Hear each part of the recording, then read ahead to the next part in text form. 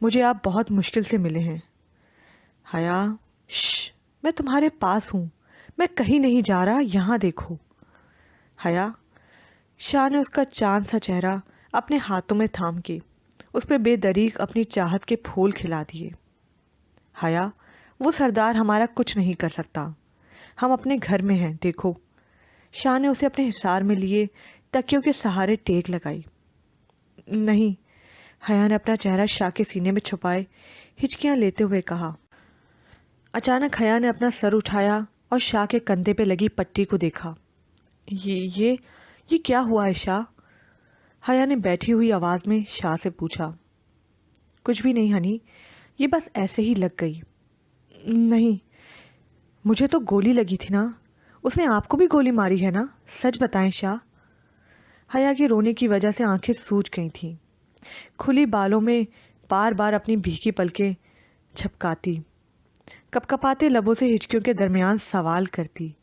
شاہ کو اس وقت اس کے سبھی چہرے سے نظر ہٹانا دنیا کا مشکل ترین کام لگ رہا تھا۔ شاہ نے ہاں میں سر ہلایا۔ دیکھا، میں کہہ رہی تھی نا، میں نے اسے دیکھا تھا، حیا نے کہتے ہوئے ایک بار پھر شاہ کے گرد اپنے حمائل کیے بازوؤں سے شاہ کو مضبوطی سے تھام لیا، پھر شاہ کے کندھے پہ لگی بینڈیج پہ اپنے لب رکھے۔ I am sorry Shah, it's just happened because of me, I am sorry. Haya Shah کے گلے لگ کے روتے ہوئے بولی۔ شاہ نے خوشگوار حیرت سے حیا کو خود میں بھینچ لیا۔ شاہ کو ایک دم سے تکلیف اٹھی، مگر حیا کے آگے کوئی کچھ بھی نہیں۔ نو مائی گرل، تمہاری وجہ سے کچھ بھی نہیں ہوا۔ حیا، اب رونا نہیں، میں اب تمہارے پاس کسی غم کو بھٹکنے بھی نہیں دوں گا۔ مجھے تمہارے چہرے پہ یہ ڈر، یہ خوف بالکل اچھا نہیں لگتا۔ جس نے تمہیں رلایا ہے، میں ان سب کو عبرتناک سزا دوں گا۔ شاہ نے اپنے سینے سے لگی حیا کے بال سہلاتے ہوئے ان پہ اپنے لب رکھ دیے۔ چلو اب تم یہاں۔ اس سے پہلے شاہ اپنا جملہ مکمل کرتا دروازہ ہلکے سے بجا۔ حیا جو شاہ کے سینے سے سر ٹکائے نیم دراز تھی، ایک دم سے ہڑبڑا کے شاہ کے اور نزدیک ہو گئی۔ سردار شاہ، حیا نے خوف سے شاہ کے گرد اپنے بازو اور مضبوطی سے حمائل کر لیے۔ شاہ نے اسے اپنے اندر ایک مضبوط قلعے کی طرح قید کر کے تحفظ کا احساس دلا رہا تھا۔ حیا، کوئی بھی نہیں ہے، یہ تمہارا گھر ہے ہنی، اب ڈرنا مت، تمہاری میڈیسنز کا ٹائم ہوا ہے، نرس وہ لے کر آئی ہوگی۔ شاہ نے آہستہ آہستہ اس کے بالوں کو سہلاتے ہوئے اسے سمجھایا۔ شاہ سمجھ سکتا تھا اس وقت حیا کیسے اوپر تلے اتنے سارے واقعات رونما ہونے کی وجہ سے اس خوف کے زیر اثر تھی، جو وقت کے ساتھ ساتھ ٹھیک ہوتا جائے گا۔ میں اسے اندر بلا رہا ہوں حیا، اب ڈرنا مت، شاہ نے اسے خود سے الگ کرتے ہوئے کہا، جس پہ حیا نے اسے ایسے آنسوں بھری نظروں سے دیکھا کہ شاہ نے اپنے ہاتھ کھڑے کر دیے۔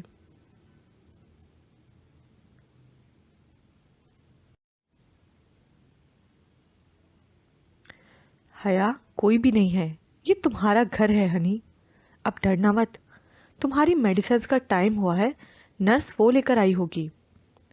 شاہ نے آہستہ آہستہ اس کے بالوں کو سہلاتے ہوئے اسے سمجھایا۔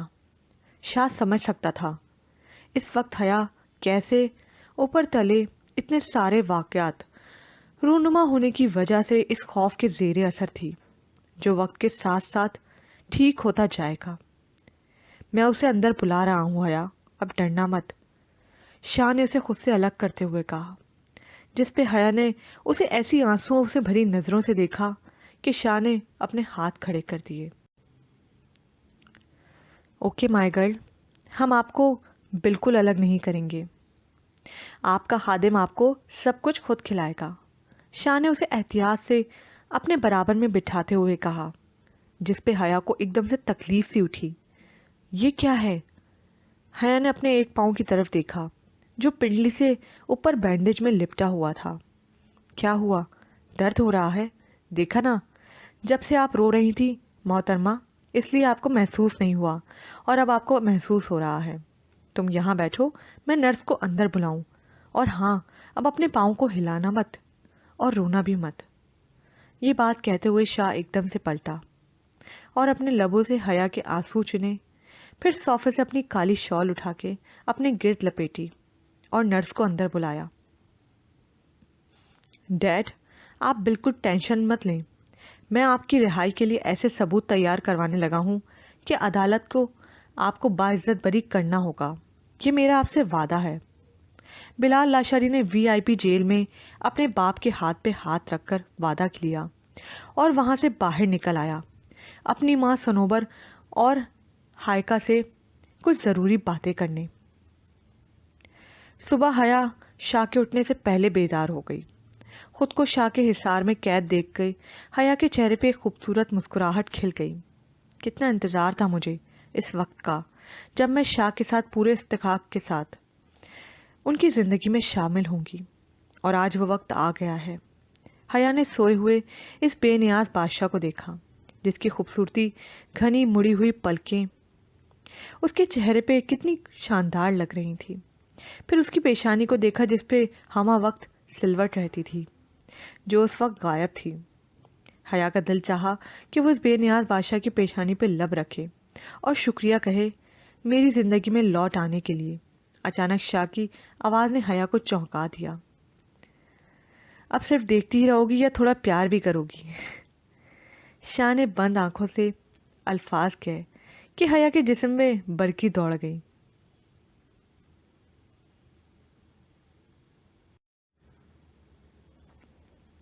صبح حیا شاہ کے اٹھنے سے پہلے بیدار ہو گئی۔ خود کو شاہ کے حصار میں قید دیکھ کے حیا کے چہرے پہ ایک خوبصورت مسکراہٹ کھل گئی۔ کتنا انتظار تھا مجھے اس وقت کا جب میں شاہ کے ساتھ پورے استحقاق کے ساتھ ان کی زندگی میں شامل ہوں گی، اور آج وہ وقت آ گیا ہے۔ حیا نے سوئے ہوئے اس بے نیاز بادشاہ کو دیکھا جس کی خوبصورت گھنی مڑی ہوئی پلکیں اس کے چہرے پہ کتنی شاندار لگ رہی تھی۔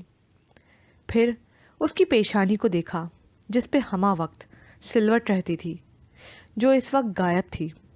حیا کا دل چاہا کہ وہ اس بے نیاز بادشاہ کی پیشانی پہ لب رکھے اور شکریہ کہے میری زندگی میں لوٹ آنے کے لیے، کہ اچانک شاہ کی آواز نے حیا کو چونکا دیا۔ اب صرف دیکھتی ہی رہو گی یا تھوڑا پیار بھی کرو گی؟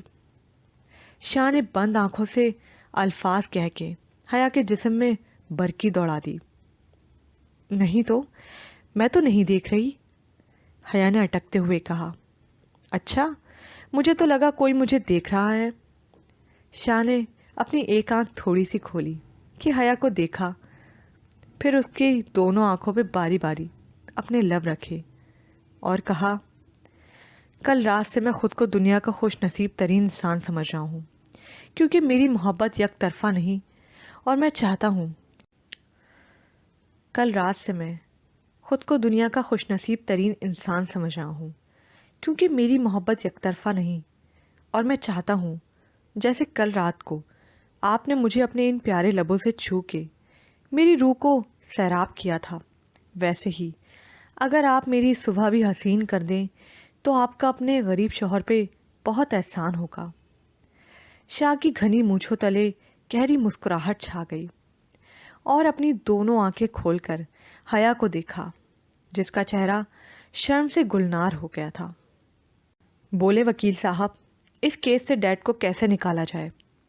بلال لاشاری نے وکیل کی طرف دیکھا جو پاکستان کے بہترین کرپٹ وکیلوں میں سے ایک تھا۔ دیکھیں سر، میں آپ کو کوئی جھوٹی امید نہیں دلا سکتا، کیونکہ سامنے والی پارٹی کوئی عام لوگ نہیں ہے، وہ دنیا کی ٹاپ 10 ینگ بزنس مین میں سے ایک ہے۔ ان سے ہم لوگ نہیں لڑ سکتے، جبکہ وہ حق پہ ہیں تو بات اور ناممکن ہے، اور ان کا کیس مضبوط ہے کیونکہ ان کے پاس آپ کے والد کی ریکارڈنگز موجود ہے۔ اگر میں کچھ کر کے بھی جھوٹ ثابت کرنے کی کوشش کرتا ہوں تو وہ میرے مقابلے میں دنیا کے بہترین وکیل لے کر آئے گا جو ہمارا مستقبل خراب کر دے گا۔ میں کیا، کوئی بھی وکیل یہ کیس شاید نہیں لے گا۔ میرے خیال سے میں نے تم سے قیان کی خصوصیات بتانے کے لیے کنسلٹ نہیں کیا۔ بتاؤ مجھے کوئی حل جو میرے ڈیڈ باہر آ سکیں۔ بلال لاشاری وکیل پر گرم ہوا۔ سر اس کا حل یہ ہے سنوائی میں ہم یہ رپورٹ پیش کر دیں کہ آپ کے ڈیڈ ہارٹ پیشنٹ ہیں، ان کی طبیعت ناساز ہے، وہ اپنا علاج کرانا چاہتے ہیں باہر کے ملک سے، بس اس کے علاوہ ان کے پاس کوئی حل نہیں۔ وکیل نے بلال لاشاری کو مشورہ دیا۔ ٹھیک ہے، میں کرتا ہوں بات بابا سے۔ بلال لاشاری کچھ دیر اور گفتگو کر کے واپس ہو لیا۔ ہائیکا، تم کل رات سے کہاں تھیں؟ یہ کون سا وقت ہے گھر آنے کا؟ ابھی تم وہاں جنگل سے واپس آئی ہو اور پھر سے اپنی سرگرمیوں میں شروع ہو گئی ہو۔ تمہارا ڈیڈ بھی نہیں ہے، تم بھی وہاں سے کیسے آئی ہو؟ بھائی تمہارا الگ چین نہیں لے رہا، میں اکیلی جان کس کس کو دیکھوں؟ سنوبر صوفے سے کمر ٹکائے آنسو بہانے لگی۔ موم، میں اپنی دوستوں کے ساتھ تھی رات میں، ابھی سو کے اٹھی ہوں تو گھر آ گئی ہوں، اور موم پلیز آپ یہ ٹپیکل موم والے آنسو مت بہایا کریں میرے سامنے، مجھے اریٹیشن ہوتی ہے۔ یہ کہتے ہوئے ہائیکا بلو جینز اور ٹاپ کے نیچے ہائی ہیلز پہنے سیڑھیاں چڑھ گئی۔ پیچھے سنوبر اپنی بیٹی کی حرکتوں پہ کوڑنے کے علاوہ کچھ نہیں کر سکتی تھی۔ شاہ واش روم سے فریش ہو کے باہر آیا تو حیا کو دیکھا جو بیڈ سے نیچے پاؤں لٹکانے کی تیاری میں تھی۔ یہ کیا کر رہی ہو حیا؟ شاہ نے اس کا ایک نیچے رکھا ہوا پاؤں فوراً اوپر رکھا۔ تمہیں معلوم ہے نا تمہیں اسٹیچز آئے ہیں، اس پر تم اسے موو کیوں کر رہی ہو؟ اور کہاں جانا ہے مجھے بتاؤ۔ کیان نے حیا کی طرف اپنی ایک آنکھ اٹھائے ہوئے دیکھا۔ کہیں نہیں، میں ویسے ہی پاؤں نیچے رکھ رہی تھی۔ حیا نے کیان کی طرف بنا دیکھے اپنے ہاتھوں کی انگلیوں پہ نظریں گاڑی۔ اسے کیان سے ایک عجیب سی جھجک ہو رہی تھی۔ حیا، جب تک اسٹیچز ٹھیک نہیں ہوتے تم قدم نیچے نہیں رکھو گی۔ دوسری بات، یہ تمہارے ہاتھ کے پاس بیل ہے، کچھ بھی چاہیے، واش روم جانا ہے، تم اسے یوز کرو گی۔ تمہاری مدد کے لیے ہر وقت باہر لیڈی اسٹاف موجود ہوگا۔ کیان علی شاہ وہیں زمین پہ گھٹنے ٹیک کے بیٹھے اسے سمجھا رہا تھا، جبکہ حیا اپنے بے نیاز بادشاہ کو ٹکٹکی باندھے دیکھ رہی تھی۔ حیا، کچھ سمجھ آئی میری بات؟ جی۔ ابھی میں انہیں اندر بھیج رہا ہوں، تم پہلے فریش ہو جاؤ، جب تک میں ایک کام کر لوں پھر مل کے ناشتہ کریں گے، ٹھیک ہے؟ حیا نے سر کو جنجبش دی۔ کیان نیچے سے اٹھا اور ڈریسنگ روم کی طرف بڑھ گیا۔ کچھ دیر بعد نیلی جینز کے اوپر شرٹ ندات تھی، کثرتی جسم پہ بینڈیج لگائے کیان علی شاہ حیا کی طرف بڑھ رہا تھا۔ حیا، کیا آپ اپنے زخمی شوہر کا ایک کام کریں گی؟ شاہ نے مدد طلب نظروں سے حیا کی طرف دیکھا۔ جی بولیں۔